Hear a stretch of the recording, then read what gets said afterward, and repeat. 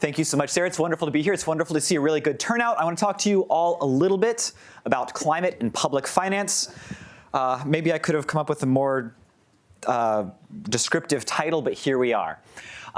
So I do a lot of work on public finance. When we think about public finance, this is the way in which governments raise money, often through debt markets, through taxation, and how that impacts consumers, businesses, workers, and the overall economy.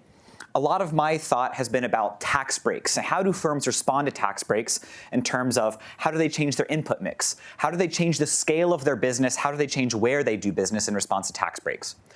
So one of the ways in which the US has been interacting with the green transition, what we think of as moving away from carbon emitting and greenhouse gas emitting technologies to other technologies, is through the energy sector.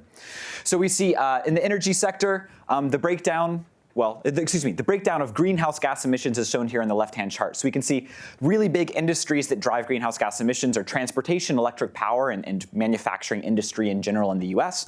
So I'm going to focus in on electric power.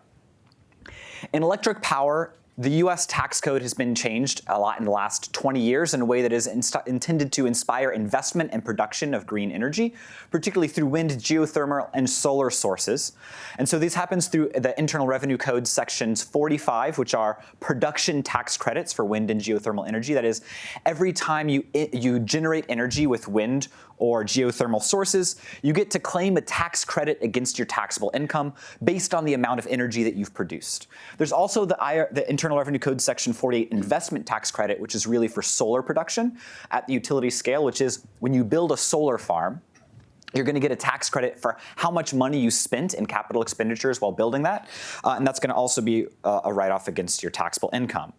So these are both tax credits. And a lot of how we try to inspire investment in green energy in the US is through tax credits. Tax credits are only going to matter insofar as you either have taxable income or the tax credits are what we call refundable. That is, you can claim them even if you have negative taxable income. But most firms, and these two tax credits in particular, are not refundable. So you need to have a firm that has taxable income in order to take advantage of these credits. But it turns out a lot of firms don't actually have taxable income at any point in time. So what they turn to is what we call tax equity financing. So they're going to create what you have a picture here in the upper right-hand corner. They're going to create a special purpose vehicle, which we call a project special purpose vehicle. It's usually in the form in the US of a partnership where a sponsor is going to actually run the project, but they're going to bring in a deep-pocketed tax equity investor who has a lot of taxable income. This is usually, you can think a bulge bracket bank or maybe a very, very large utility company. And they're going to split such that the tax equity investor gets the tax credits for the first few years, and particularly those very front-loaded tax credits that require a whole lot of taxable income to claim. And the sponsor is going to claim the kind of long run, usually after the first 5 years. There's some vesting period. And so a lot of what I've been asking is, does this matter? And is this an efficient way of getting these tax credits out to firms that want to invest in green energy projects? So the big concern here is we would like to get extensive margin entry into, we want more people to build solar farms. We want more people to build windmills. Does this tax equity financing, is this an efficient way of getting that financing to people? So this actually has changed a little bit with the Inflation Reduction Act of 2022. But right now what we can look at is through the history. So from 2007 up through 2020, we can say, what is the difference between the sorts of plants that were financed by tax equity financing and those that weren't? And so the puzzle we're looking at in the data right now is it looks like even after controlling for everything under the sun and engaging in Heckman-style selection models, it looks like these sorts of plants are just producing a little bit more energy per unit capacity than other plants that aren't financed with tax equity financing. So the big questions here are why. And we want to get into a lot more of how are operations changing, or how is the maintenance or the process that kind of makes these plants look a little bit more efficient, conditional on a bunch of stuff. This is raw, but we can do it conditional. Why is that happening in the way it is? And is this actually efficient or not? I'll also note that I love local public debt markets. This is true around the world. We see local public debt markets are a place where green investment is happening. So that we can think states, cities, provinces around the world are engaging in green investment by issuing bonds to finance uses that are related to adoption to climate change. In the US, I showed a similar graph somewhat last year.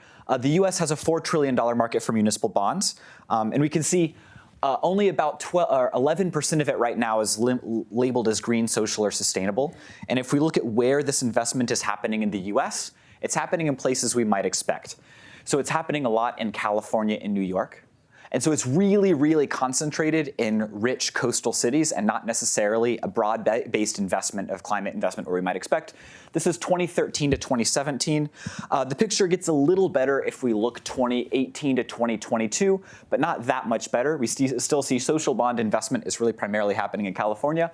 And we see states like Florida are only investing less than 10% per capita of, say, what even Indiana is investing through these sorts of instruments. So a lot of what I'm trying to look at is how does the financial process by which these bonds are brought to market limit the places that are able to invest in these sorts of climate-sensitive projects? And so hopefully we'll have a lot more next year.